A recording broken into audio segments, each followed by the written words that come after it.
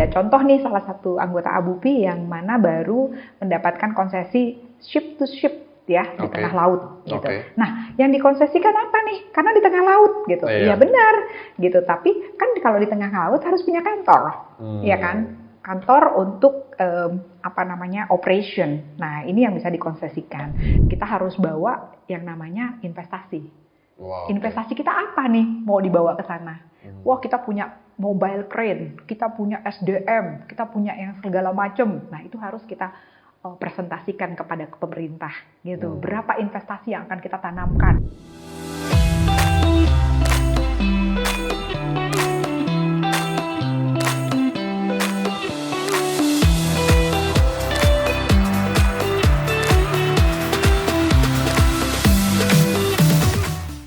Selamat siang dan selamat datang Bu Liana. Ini teman saya nih yang sudah lama ya, dulu pernah ketemu terakhir di Expo ya kalau nggak salah. Indonesian Maritime Expo. Dan akhirnya terima kasih sudah datang ya menerima undangan kami sebagai narasumber untuk di Kapal Aku. Oke, buat teman-teman ya, saya ingin introduce dulu nih tentang Bu Liana. Jadi Bu Liana ini sekarang menjabat sebagai Sekjen ABUPI.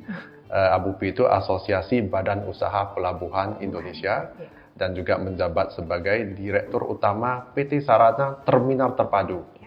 Ya Bu Liana, awal-awal saya tanya dulu nih Bu, bisnis pelabuhan selama pandemi ini gimana Bu?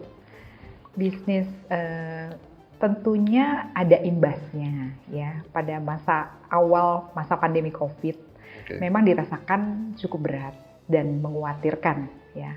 Karena perdagangan pastinya menurun ya, sehingga distribusi logistik juga melalui pelabuhan sedikit menurun. Tetapi saya mendengar dari anggota-anggota ABUPI tidak terlalu signifikan karena mereka juga sudah mempersiapkan strategi-strategi ya dalam kondisi yang sangat serius gitu ya. Jadi mereka udah punya strateginya sudah ada ya. Sejauh ini kami menanyakan mereka masih baik-baik saja. Baguslah kan gitu ya Bu. Berarti bisnis pelabuhan itu masih oke ya? Masih oke untuk pelabuhan umum ya. Untuk pelabuhan umum. Untuk pelabuhan umum. Selama pandemi ini kan kita dihimbau nih untuk tetap jaga jarak, untuk tetap menghindar kerumunan dan yang paling kritikal itu kan kita dibatasin tuh. Kantor atau lapangan dibatasin 25% kapasitas. Apakah pelabuhan juga dibatasin demikian? Benar sekali, pelabuhan tetap dibatasi sesuai dengan peraturan pemerintah ya. Protokol kesehatan itu tetap dijalankan ya. Untuk manajemen pelabuhan itu work from home ya. Manajemen pelabuhan, marketing ya. Board of Director itu biasa di work from home dan yang paling fokus adalah frontliner itu di operasional.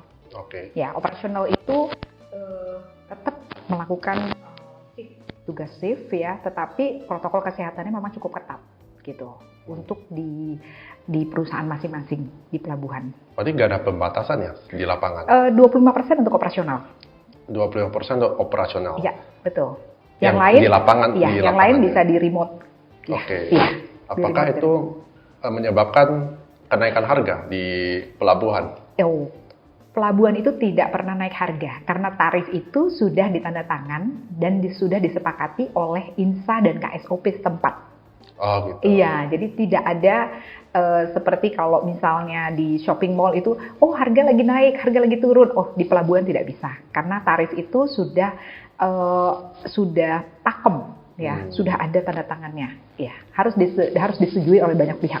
Kalau pandemi kapasitas 25% kan berarti ada penambahan shift, penambahan yang dulu harus kerjanya 10 orang ya, mungkin jadi setengah, jadi 5 orang. Kan berarti harus naik harga nih. Kalau enggak gimana? Pak Roland, sekarang ini ya, teman-teman yang sudah konsesi khususnya untuk pelabuhan umum ya, mereka punya sistem IT teknologi ya. Mereka bisa lihat, mereka bisa remote, jadi mereka bisa cek semuanya itu by mobile gitu, by mobile. Dan seluruh alat-alat di pelabuhan itu semua sudah high teknologi. Oke. Iya, jadi saya rasa tidak begitu sulit untuk para terminal umum untuk tetap memonitor ya kondisi operasional yang ada di pelabuhan masing-masing. Oh, Iya. berarti boleh dibilang ya nggak ada imbas ya ke Imbas pandemi tetap. ini ke pelabuhan.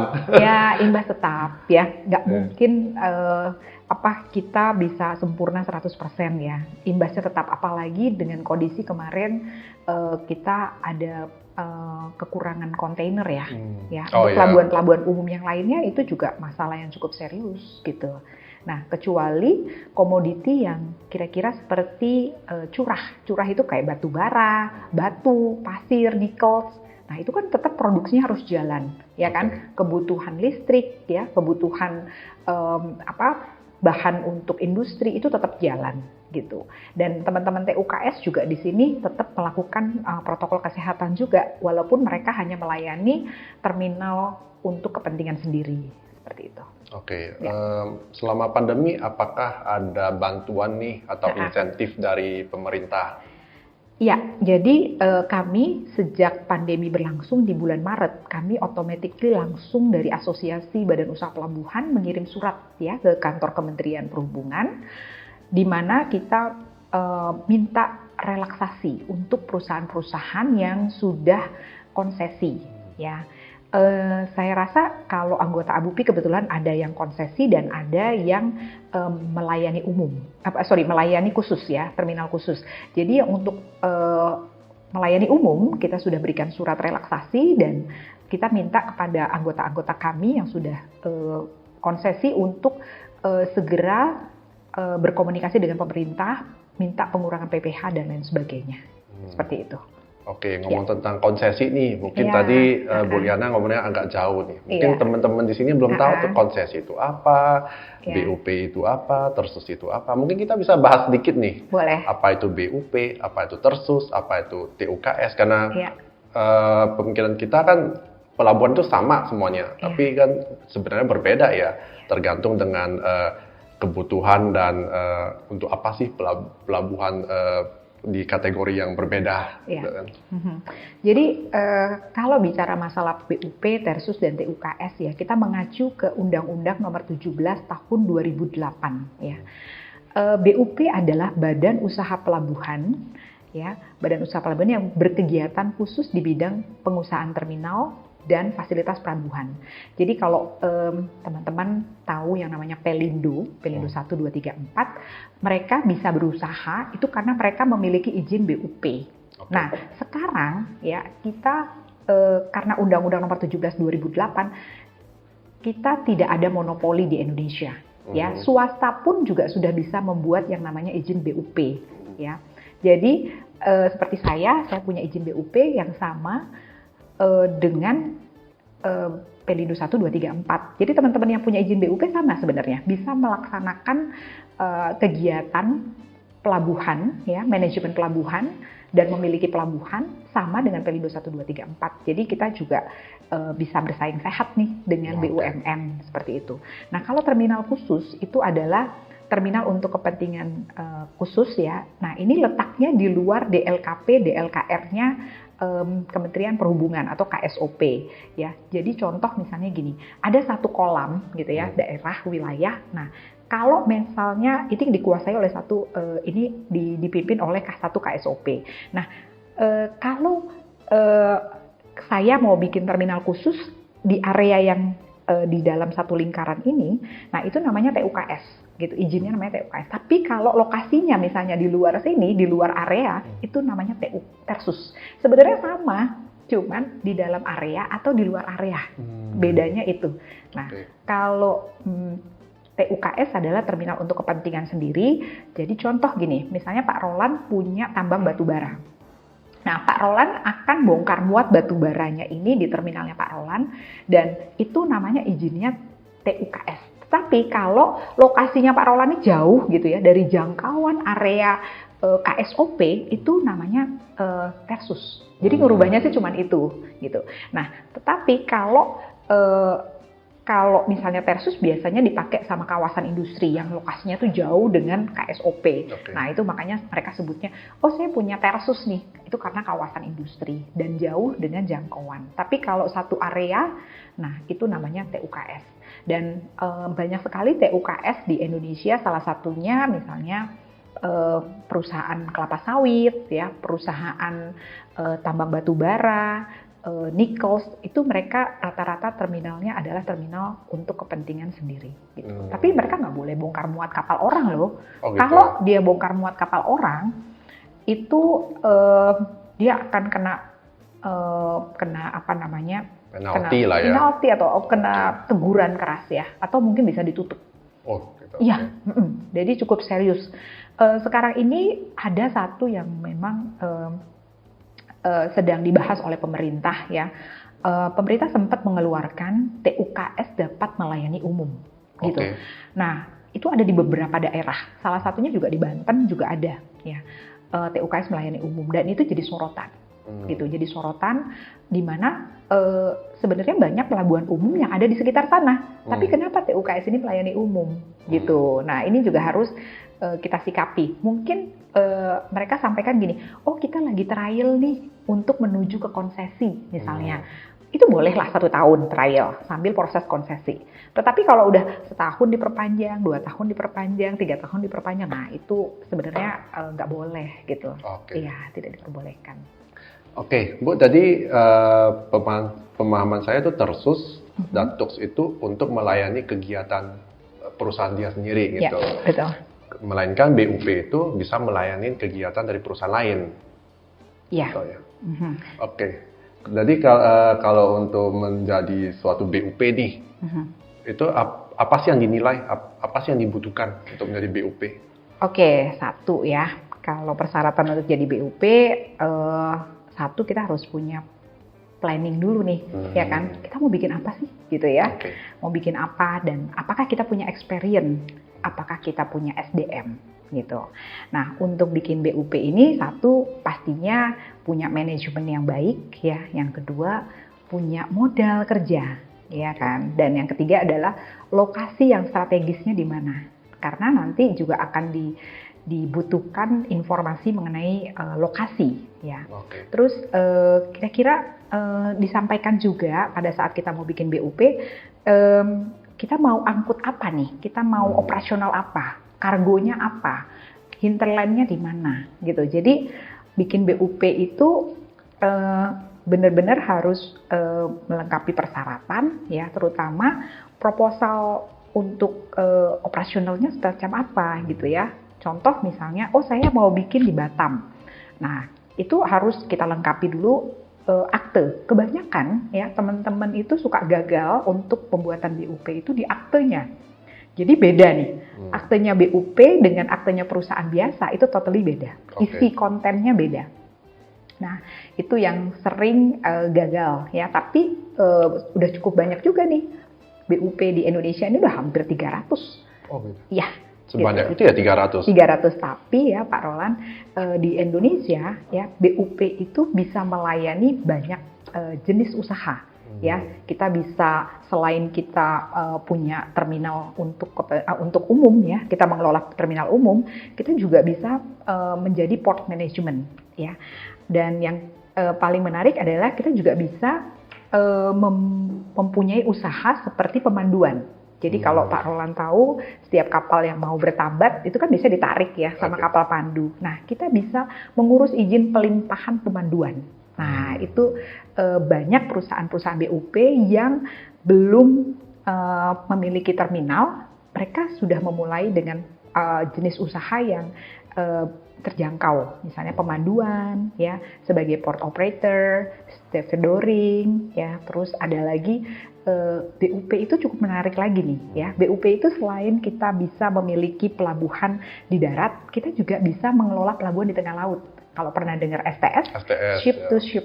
Nah, itu kita juga bisa mengelola di sana, gitu. Jadi BUP itu keren banget sih, gitu. Jadi kalau misalnya mau bikin BUP, dan punya background ya, misalnya perusahaan, saya pernah punya perusahaan logistik atau saya punya perusahaan pelayaran. Nah, itu kan berarti sudah tahu ya mengenai mekanisme operasionalnya. Nah, itu tinggal bikin BUP. Jadi welcome kalau teman-teman mau bikin BUP. Kalau kita port management ini apakah memerlukan BUP? Port management pasti ya. Jadi contoh kalau misalnya ada contoh power plant ya. Power plant membuka open tender ya. Mereka kebetulan fokus kepada usahanya yaitu mengelola listrik ya.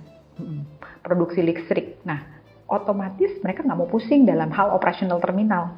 Nah, mereka biasanya open tender. Nah, salah satu persyaratannya harus memiliki izin BUP.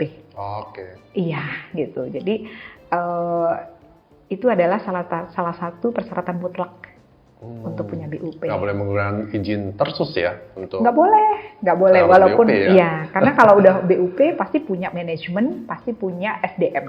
Oke. Iya, seperti itu. Setahu saya untuk mendapat izin BUP itu kan dibutuhkan konsesi tuh 2,5% ya. Dari pendapatan kotor. Jadi gini, BUP, Badan Usaha Pelabuhan, itu diberikan privilege oleh pemerintah untuk mengelola pelabuhan umum. Ya, sebenarnya pelabuhan umum itu domainnya adalah domain pemerintah. Ya, nah tapi karena pemerintah punya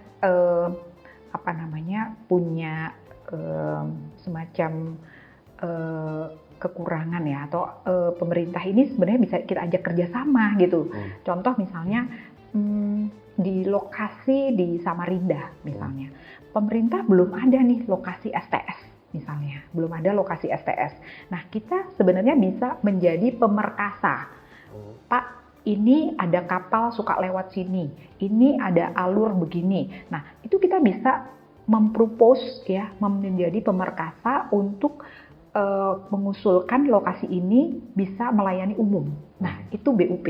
Ya, kita bisa mengajukan. Nah, nanti akan dikaji oleh KSOP setempat ya, dikaji apakah benar kami nggak sanggup nih, karena kalau di STS kita harus mempersiapkan contohnya equipment ya, alat-alat dan lain sebagainya, dan itu butuh investasi yang luar biasa. Nah, oleh sebab itu swasta bisa untuk mengajukan saya mau bikin pelabuhan umum di tengah laut atau mungkin di darat, dikarenakan ini, dan kita juga harus memberikan kajian yang cukup kuat.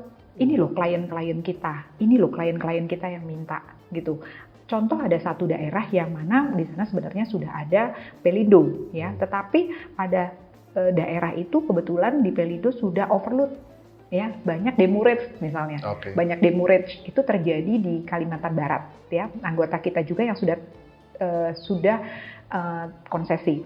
Nah, Pelindo mengirim surat ke perusahaan BUP swasta, silakan bikin terminal, kami akan dukung. Nah, seperti itu. Nah, karena apa, overload dari tempat wilayah di sana. Nah, itu kita bisa propose. Nah, setelah kemarin itu Pelindo membuat surat supporting, terus perusahaan BUP ini datang ke KSOP dan memang benar demurrage terjadi di sana. Nah, oleh sebab itu langsung kita mengajukan proses konsesi. Nah, prosesnya seperti itu. Proses konsesi itu gimana nih? Wah, itu panjang sebenarnya panjang ya, dan itu harus benar-benar pada saat kita mau konsesi kita harus tahu sekali mengenai persyaratannya ya, tahapannya ya, karena kita harus open book oleh ke pemerintah ya. Ini akan melibatkan Kementerian Perhubungan, kita akan melibatkan Badan Pertanahan, dan kita akan melibatkan BPKP gitu ya, BPKP, karena BPKP akan menilai sebagai akuntan publik pemerintah, dia akan menilai aset kita dan dia akan dihitung dan akan direview. Nah, nanti biasanya BPKP akan menilai, oke, Bapak asetnya 100M ya. Nah, Bapak kalau kita kasih pelabuhan umum dengan aset 100M, Bapak akan kembali kurang lebih 25 tahun. ya. Nah, Bapak nanti kasih aja ke pemerintah 3% misalnya. Dan itu angka 3%, 2,5%, 3%, 4%, 5% itu sebenarnya fluktuatif gitu. Jadi nggak ada pakem 2,5. Nah, itu minimum 2,5. Nah, nanti setelah direview ada negosiasi gitu. Nah, itu pun juga aset-asetnya itu bisa dibuat satu perhitungan atau strategi sendiri gitu ya. Mungkin ada aset yang di wilayah sorbase-nya mungkin tidak dikonsesi. Jadi di pinggir lautnya yang memang tempat tambat ya, tambat daerah kapal tambat itu yang mungkin bisa dikonsesi ya. Kalau tadi Ibu bilang asetnya akan diberikan ke pemerintah, nggak rugi apa untuk investor? Ya, jadi gini, investor atau perusahaan itu akan menghitung, ya, akan menghitung. Pada saat ya perusahaan ini telah break even, ya, dan akhirnya aset yang di depan ini, yang di pinggir laut ini atau pelabuhan atau terminal ini diserahkan ke pemerintah, ini masih bisa ada kerjasama. Misalnya bentuknya KPBU atau kerjasama pemanfaatan gitu. Karena kan mau nggak mau lokasi terminal ini akan melewati tanah milik si perusahaan ini kan. Pasti yang akan diberikan privilege adalah perusahaan ini dulu. Gitu. Jadi misalnya contoh kalau Pak Roland punya area perkantoran, nah terus area parkirnya itu dalam tempo 50 tahun akan diberikan ke pemerintah. Tetapi perkantorannya Pak Roland ini kan akan melewati parkiran ini kan. Nah, yang akan diberi privilege siapa? Pak Roland dulu dong sebagai manajemen kantor. Nah, seperti itu. Nah, tadi angka prosentasinya itu bisa 2,5%, bisa 3%, tergantung dari berapa break even yang akan didapat oleh perusahaan itu sendiri. Dan kalaupun sedang berjalannya konsesi, ini masih bisa ada adendum. Contoh misalnya, Pak Roland nih udah bangun pelabuhan di sini, terus Pak Roland mau bikin pengembangan di sini. Nah, itu bisa ada adendum lagi. Jadi sebenarnya pemerintah sangat fleksibel. Dalam hal berarti ini. Kalau misalkan nih selama pandemi bisnisnya drop, berarti kan bisa adendum yang tadi 25 tahun mungkin menjadi 35 tahun. Nah, itu bisa dibahas ya. Biasanya langsung B2G, business to government, dari private company ini ke government. Nanti dibicarakan aja. Kira-kira bisa nggak dapat relaksasi ya, ya. Bisnis. Cara tahu break even-nya itu pemerintah tahunya itu gimana? Di awal pasti tahu, karena ada cash flow. Iya, pemerintah tidak akan memberikan konsesi apabila perusahaan ini tidak menyampaikan progres income-nya. Jadi harus. Jadi akan dihitung berapa asetnya, ya kan? Aset tanah, aset equipment, ya. Terus ada lagi nanti dihitung lagi biaya untuk dihitung lagi income-nya. Jadi asetnya, income, nah itu dihitung IRR-nya berapa tahun. Nah, nanti juga pemerintah juga akan memberikan waktu untuk mereka menikmati keuntungan. Nah, baru setelah keuntungan baru diberikan ke pemerintah. Jadi sebenarnya perusahaan-perusahaan nggak perlu takut sih konsesi, gitu. Selama kepemilikan tanahnya juga jelas, ya, kepemilikan perusahaannya juga jelas. Terus satu lagi target kliennya juga jelas, gitu. Kalau kita punya lahan nih 10 hektar, ya kan, kita BUP-in 1 hektar, bisa nggak sih 10 hektar ini mendapat BUP juga kan?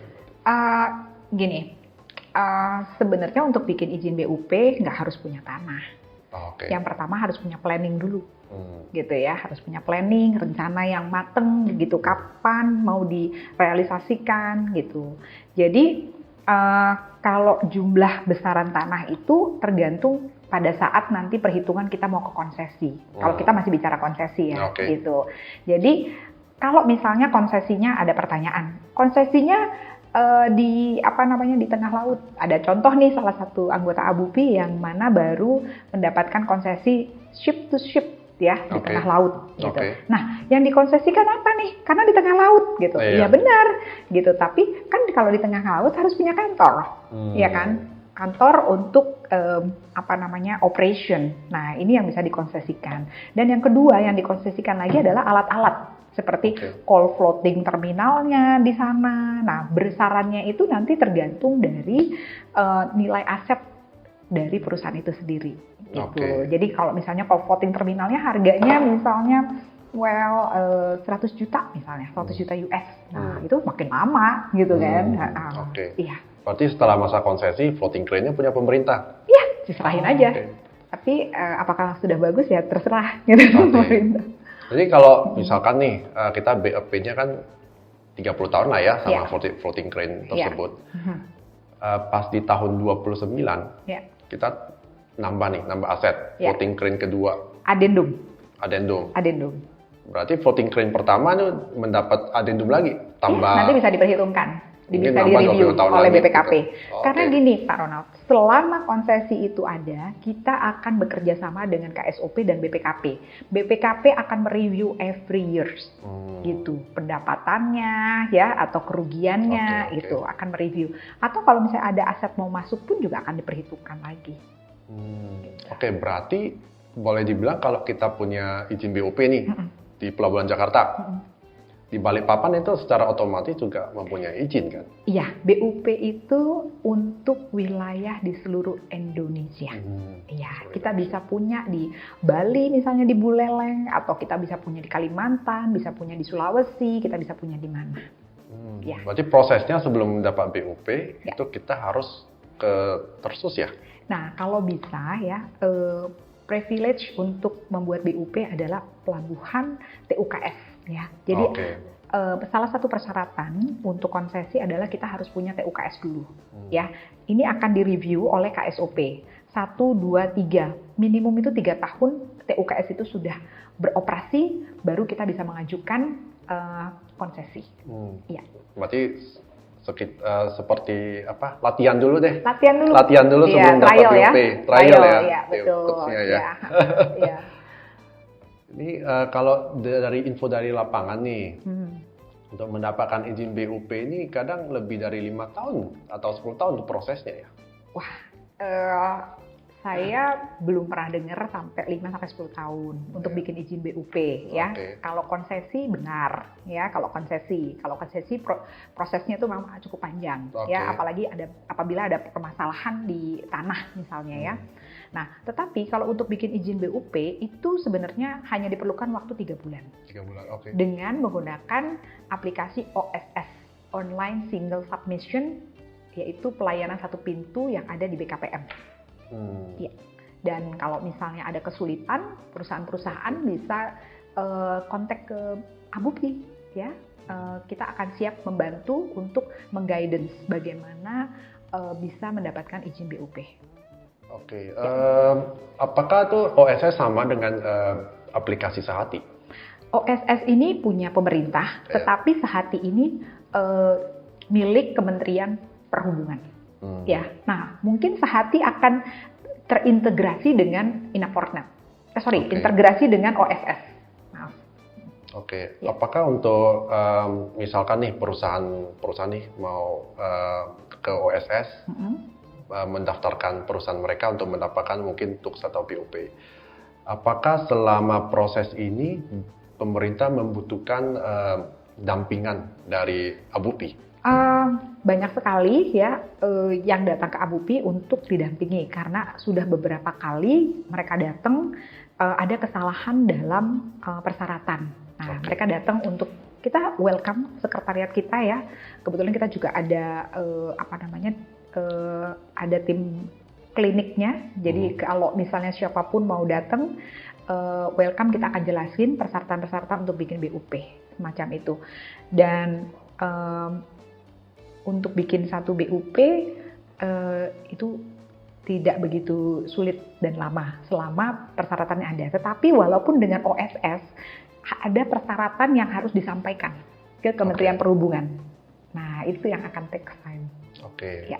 Tapi kan perusahaan bisa langsung ya tanpa melalui ABUPI nih, misalkan bisa, langsung sangat bisa langsung. OSS ya. Ya, sangat bisa langsung. Mereka langsung proses cek dulu persyaratannya apa, terus mereka langsung upload ada izin usahanya, KBLI-nya seperti apa gitu ya.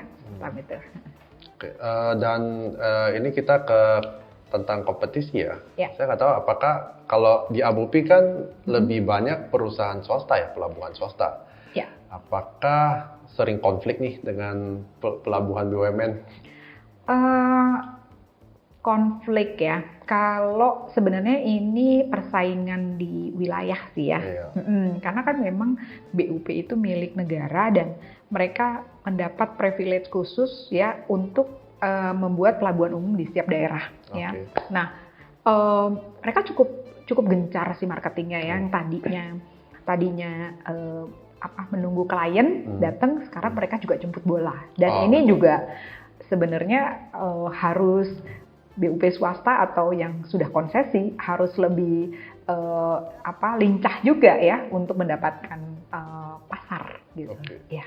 Misalkan ada pelabuhan nih atau anggota dari Abu Pi ingin membuat nih BUP di samping BUP BUMN. Pernah nggak sih pengalaman dipersulit? Jadi gini, sebenarnya gini, seperti yang anggota kami di Kalimantan Barat itu nggak jauh dari Pelindo, ya, karena memang kapasitas di Pelindo itu sudah tidak memadai, ya. Nah, tetapi KSOP itu akan mengkaji, ya, setiap proposal yang masuk, apakah layak apabila berdampingan atau mungkin disarankan berapa kilometer lagi seperti itu. Nah, itu memang sebelum kita menentukan membeli tanah ya untuk lokasi pelabuhan itu harus benar-benar didiskusikan sih oleh KSOP setempat ya. Karena setiap wilayah itu adalah domainnya KSOP setempat ya. Berarti belum ada misalkan nih dari pelabuhan Pelindo sendiri ya tadi itu secara fasilitas itu udah bagus lah dibanding dengan yang lain. Kalau ada pelabuhan dari anggota dari Abu Pi ini ingin mendirikan lagi di samping, ya berarti kan head to head nih. Iya, jadi ada juga ya beberapa area di mana mereka merasa pelabuhan utama yang ada itu tarifnya tinggi. Nah, calon pelabuhan umum lainnya milik swasta mungkin bisa negosiasi dengan INSA misalnya, INSA setempat atau KSOP setempat untuk menurunkan tarif yang ada di sini. Nah, misalnya gitu, mungkin nggak cuma tarif ya, tarif atau mungkin pelayanan ya, atau mungkin bisa pembayarannya masih bisa dapat jangka waktu ya, termin pembayarannya. Nah, jadi sebenarnya harus pinter sih perusahaan jasa layanan pelabuhan ini atau terminal memberikan pelayanan yang terbaik, ya untuk kliennya. Berarti persaingan yang sehat lah ya. Persaingan yang sehat, ya. Tapi kalau ngomong-ngomong tentang Patimban nih Bu, Patimban kan pemain baru nih. Apakah memberikan ancaman juga nih ke teman-teman di sekitar? Patimban malah belum ada pelabuhan umum ya di sana, kan baru satu nih ya kan yang sekarang lagi dibangun oleh pemerintah, didukung oleh JICA ya. Nah, pelabuhan ini sebenarnya adalah alternatif ya untuk ada wilayah yang bisa menampung industri. Nah, sekarang ini memang seperti telur dan ayam. Mau pelabuhan dulu atau industri dulu, ya kan? Nah, sekarang ini pelabuhan dulu kan, yang sudah dibangun, infrastrukturnya sudah ada. Nah, tinggal nih pemerintah mendorong pembangunan industri yang ada di sana. Karena pelabuhan ini kan juga butuh klien. Nah, mudah-mudahan sih 5 tahun ke depan sudah ada titik terang lah. Gitu. Sekarang kayaknya sedang tertatih-tatih juga nih, ya kan, pembangunan industri, mengingat kita masih masa pandemi COVID, ya kan, terus perusahaan juga masih ngerem juga. Nah, sekarang tinggal marketingnya Indonesia nih, untuk mencari market di luar negeri, untuk bisa bawa ke sini. Tapi saya rasa Patimban itu akan difokuskan ke industri otomotif, ya. Otomotif ya? Otomotif. Ya, dan kalau saya lihat kan berarti targetnya itu memang di daerah Cikarang ya, Cibatu ya kalau nggak salah ya. Iya. Nah, di sana kan memang kalau saya lihat nih perusahaan lebih ke perusahaan Jepang ya. Iya, perusahaan Jepang, dan ada juga sih beberapa perusahaan industri yang sekarang lagi coba untuk di nego ya. Jadi misalnya kayak petrochemical sebenarnya juga bisa di sana. Betul. Iya, petrochemical. Saya lihat ada beberapa teman yang mencoba untuk meng-create industri petrochemical di sana. Di sana. Iya. Oke. Berarti kan apakah Tanjung Priok akan menurun nih? Saya rasa enggak ya, karena ini kan industri yang baru dibangun, akan dibangun baru, gitu kan. Jadi saya rasa mudah-mudahan sih tidak mengganggu Tanjung Priok gitu ya. Saya yakin pemerintah sudah memikirkan sangat dalam ya mengenai target market antara Tanjung Priok dengan Patimban. Gitu. Apakah pelabuhan Patimban sudah menjadi anggota dari ABUPI? Salah satu anggota ABUPI yaitu Indika Logistik yang salah satu pemegang saham ya di perusahaan patungan ini yang mendapatkan penunjukan langsung dari pemerintah, ini juga anggota ABUPI. Jadi kita dukung. Ya. Oke, Bu Liana, sekarang kita lihat ya sedikit tentang ABUPI. Ya. Nah, kalau kita lihat di sini, ABUPI per November 2020 sudah mempunyai 85 perusahaan. Apakah ini semua anggota, Bu? Total anggota 85 atau 300, Bu? Iya, sebenarnya pemerintah Kemenhub sudah mengeluarkan hampir 300 izin badan usaha pelabuhan untuk perusahaan swasta di Indonesia. Nah, kebetulan yang masih terdaftar di kami ini sekitar 85. Sepertinya awal tahun ini dari Januari sampai Maret sudah agak bertambah, dan kita juga punya anggota biasa yaitu BUP Badan Usaha Pelabuhan dan Tersus dan TUKS adalah anggota luar biasa. Nah, ini adalah perusahaan-perusahaan, ada 14 perusahaan yang sudah anggota ABUPI yang sudah konsesi, dan ada 6 BUP yang kami bantu untuk dorong proses konsesinya. Berarti ini 6 ini lagi trial nih ya? Lagi proses cukup panjang sekali. Sebenarnya masih banyak kita menunggu ya teman-teman yang memiliki izin BUP untuk bergabung ke ABUPI. Karena kenapa? Di ABUPI ini pasti banyak manfaatnya. Selain informasi dari Kementerian Perhubungan langsung ke asosiasi, dan kita juga membantu menetworkingkan atau mematch-matching antara perusahaan dengan BUP yang satu dengan BUP yang satu. Ini opportunity bisa berintegrasi. Misalnya contoh pelabuhan di Surabaya berintegrasi dengan pelabuhan di Kalimantan gitu. Nah, ini kan sebenarnya bisa networking yang sangat baik sekali antar pelabuhan. Ya. Kalau kita lihat di sini anggota ABUPI sudah tersebar ya dari Sabang sampai Merauke. Merauke-nya belum nih. Iya Pak, benar. Kita kebetulan sudah ada sekitar 15 korwil ya yang ada di Indonesia. Jadi kita nggak sebutnya DPP, tapi kita sebutnya korwil ABUPI. Ya, di Sulawesi, ada di Jawa Timur, Jawa Tengah, dan sebagainya. Kita menerima informasi nih kalau Kemenhub mempunyai rencana untuk membangun 1.300 pelabuhan. Kalau pembangunan ini apakah memberikan dampak positif atau negatif ya untuk anggota ABUPI, terutama dalam segi kompetisi ya? Iya, oke. Sebenarnya 1.301 pelabuhan yang di sounding pemerintah di media ya, ini sangat kita sambut baik ya. Ini kan ada Indonesia adalah negara kepulauan ya, kota kabupatennya cukup besar gitu ya. Provinsi, kabupaten, ya, kota ini cukup besar ya peluangnya, dan masih banyak juga pelabuhan-pelabuhan di daerah-daerah yang hanya memiliki pelabuhan ikan gitu. Jadi kalau memang pemerintah daerah memiliki dan mendapatkan anggaran untuk membangun pelabuhan di daerahnya, itu harus kita sambut dengan baik gitu ya, karena setiap daerah pun juga pasti punya kapasitas bagaimana mengangkut throughput yang ada gitu. Tetapi sebenarnya sebelum membangun pelabuhan, pemerintah ini juga harus punya market ya, market survei. Kira-kira pada saat pelabuhan jadi, apa nih komoditi yang bisa kita angkut gitu. Jangan sampai terminal dibangun untuk mancing Iya. Iya kan? Iya. Nah, ini throughput-nya ini yang kita harus pikirkan. Apakah harus dibangun industri di sana, atau mungkin industri perkebunannya harus diangkat, atau industri mineralnya juga mesti diangkat gitu. Jadi ini antara membangun dengan menciptakan industri ini juga harus seimbang. Gitu. Jangan ada cuman terminal tapi nggak ada fungsinya, sayang sekali. Betul. Gitu. Nah juga banyak juga kan kita lihat juga ada pelabuhan ikan ya. Itu KKP juga membangun pelabuhan cukup banyak gitu untuk ikan. Nah ini juga sebenarnya bisa difungsikan apabila pelabuhan ikan ini sesuai standar ya pada saat untuk standar kapal dan lain sebagainya, ini juga bisa dimanfaatkan sebenarnya.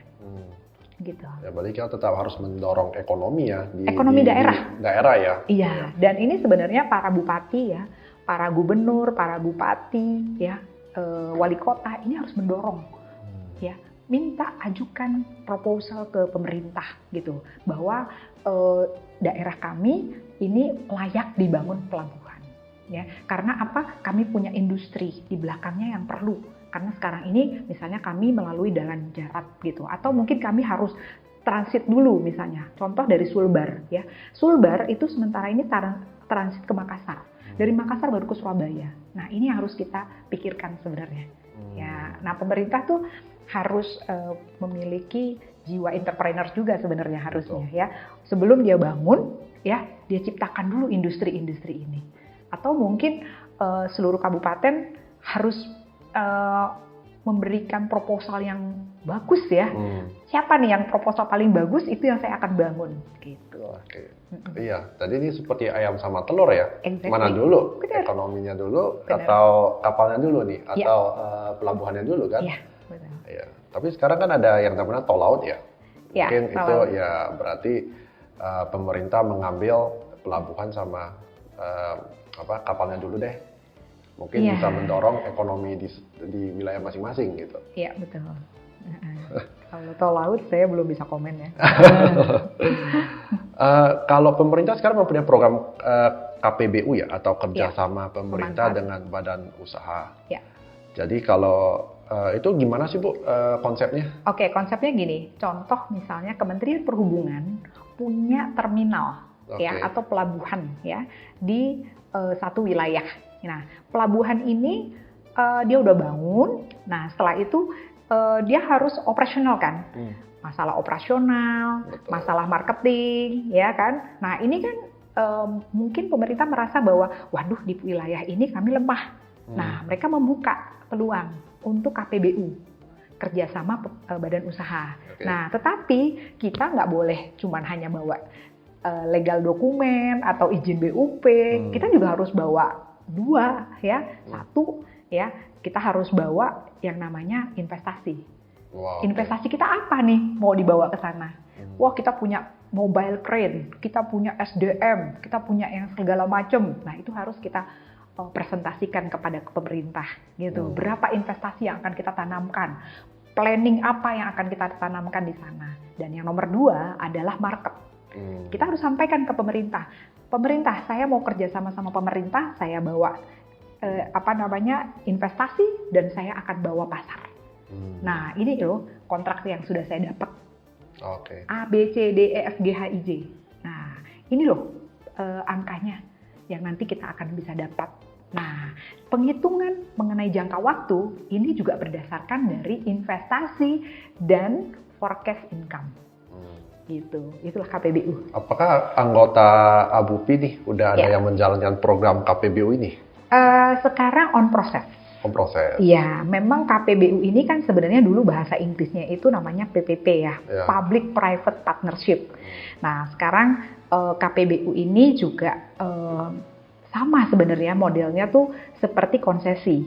Hanya kalau konsesi pemerkasannya adalah swasta dan asetnya milik swasta, tanah dan terminalnya gitu ya. Tetapi kalau KPBU, terminalnya punya pemerintah.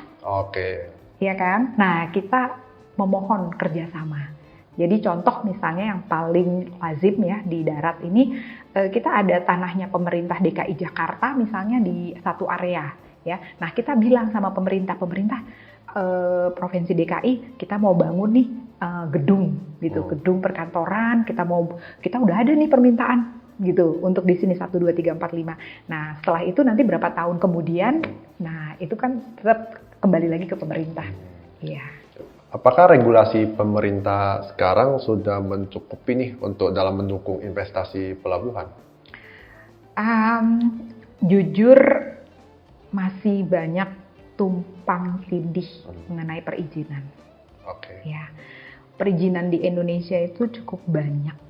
Ya, nah ini yang sebenarnya sangat dikhawatirkan oleh investor atau perusahaan swasta mengundang investor karena cukup banyak gitu ya. Dan ini harus kita lalui, ya. Nggak cuman OSS tapi nanti di daerah juga akan ada perizinan gitu. Perizinan tuh kalau kita bilang wah kita sekarang udah OSS gitu, tapi masih belum sempurna karena banyak sekali regulasi-regulasi yang harus kita lalui dan cukup panjang gitu. Jadi ya semoga pemerintah bisa mengkaji kembali mengenai perizinan di Indonesia ya. Malah saya dengar di satu perusahaan industri ya di Indonesia tuh ini perusahaan TBK yang bicara. Katanya satu industri itu ada 83 izin. Waduh. Gitu ya, 83 izin. Nah, izin ini, izin itu, waduh, gimana? Mereka juga sangat mengkhawatirkan ya kalau sampai dimention ke investor gitu. Nah, sekarang investor ini juga mereka nggak mau turun tangan langsung, mereka akan mencari local partner karena mereka nggak bisa to head dengan government karena banyak sekali izin-izin yang masih menggunakan bahasa Indonesia, izin-izin yang masih harus kita datangi, ya kan, kita follow up langsung direct gitu. Jadi memang masih perlu mensempurnakan kembali. Kalau seperti Omnibus Law atau Cipta Kerja sekarang kan pemerintah mendorong untuk melakukan investasi yang memberikan ketertarikan lah kepada investor. Apakah itu memberikan dampak nih ke bisnis pelabuhan? Sebenarnya sejauh ini ya, ini kan Undang-Undang Cipta Kerja ini memang baru ya, baru tahun kemarin ya, diketok palu oleh pemerintah. Nah sampai sejauh ini sih masih belum ada perubahan yang signifikan gitu untuk Undang-Undang Cipta Kerja terhadap usaha kepelabuhanan. Nah karena kenapa saya bisa bicara ini, karena memang kita juga sekarang ini masih proses recovery dari pandemi COVID. Nah investor juga terus terang masih wait and see untuk masuk ke Indonesia. Jadi mudah-mudahan pandemi COVID ini selesai cepat gitu ya, dan industri juga bisa berjalan stabil dan investor juga kembali melirik Indonesia. Seperti itu. Dan apakah Indonesia ini sudah siap nih, pelabuhan Indonesia siap untuk berekspansi ke luar negeri? Pertanyaan yang cukup menarik ya. Karena untuk berekspansi ke luar negeri seharusnya ya perusahaan-perusahaan yang telah konsesi, yang telah memiliki standar operational prosedur ya mestinya harus siap. Ya siap.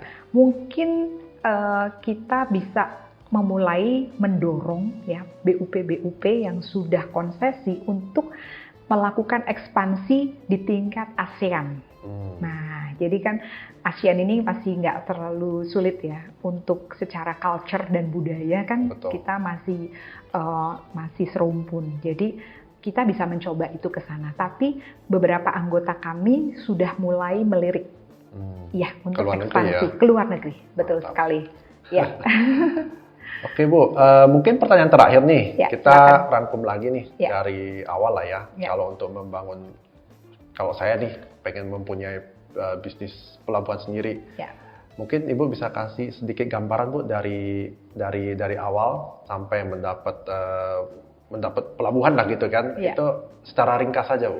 Gimana? Ya, satu Pak Roland harus punya passion. Ya kan, passionnya mau bisnis di sektor pelabuhan atau sektor maritim ya, dan nggak bisa tiba-tiba yang saya industrinya dari dari kontraktor tiba-tiba mau ke industri maritim. Nah, ini sulit. Nah, kalau udah masuk ke dunia industri maritim seperti misalnya perkapalan ya atau mungkin stevedoring, nah ini mungkin sudah terbiasa kan. Nah, ya kan ritme dari pelabuhan. Nah, itu satu. Yang kedua, memiliki legalitas perusahaan. Okay. Nah, legalitas setelah itu mengurus izin badan usaha pelabuhan. Tapi kalau misalnya mau start dari TUKS dulu, trial dulu nih, bikin terminal untuk kepentingan sendiri. Karena biasanya jarang yang tiba-tiba punya BUP langsung bikin terminal umum. Nah, biasanya mulai dari terminal untuk kepentingan sendiri dulu, ya. Setelah itu melihat kanan kiri peluang. Nah, kayaknya ada peluang nih teman-teman membutuhkan gitu karena pelabuhan lain mungkin cukup mahal atau cukup jauh gitu kan. Nah, itu kita bisa bangun pelabuhan umum. Nah, setelah kita kaji ya. Tapi untuk memutuskan menjadi pelabuhan umum itu benar-benar harus dikaji sangat mendalam oleh manajemen perusahaan ya. Karena kalau sekali kita start, kita mau mengajukan proses konsesi, kita harus siap gitu. Karena kalau kita nggak siap, kita akan takes time. Sebenarnya proses konsesi bisa dilakukan di bawah 1 tahun proses konsesi selama prosedur pendukungnya lengkap. Tetapi kalau memang masih ada kendala di lapangan, itu akan makan waktu sekitar 5-10 tahun. Kurang lebih seperti itu. Oke, terima kasih Bu atas ilmu dan sharingnya hari ini. Sama-sama. Akhirnya saya juga ngerti nih sedikit tentang pelabuhan. Ya, mudah-mudahan teman-teman di sini ada yang mau bisnis pelabuhan ya, bisa cari ke Bu Liana dari dari Abupi ya. Iya, siap bersinergi. Thank you Bu atas kedatangannya. Iya. Ya, sampai jumpa di next session.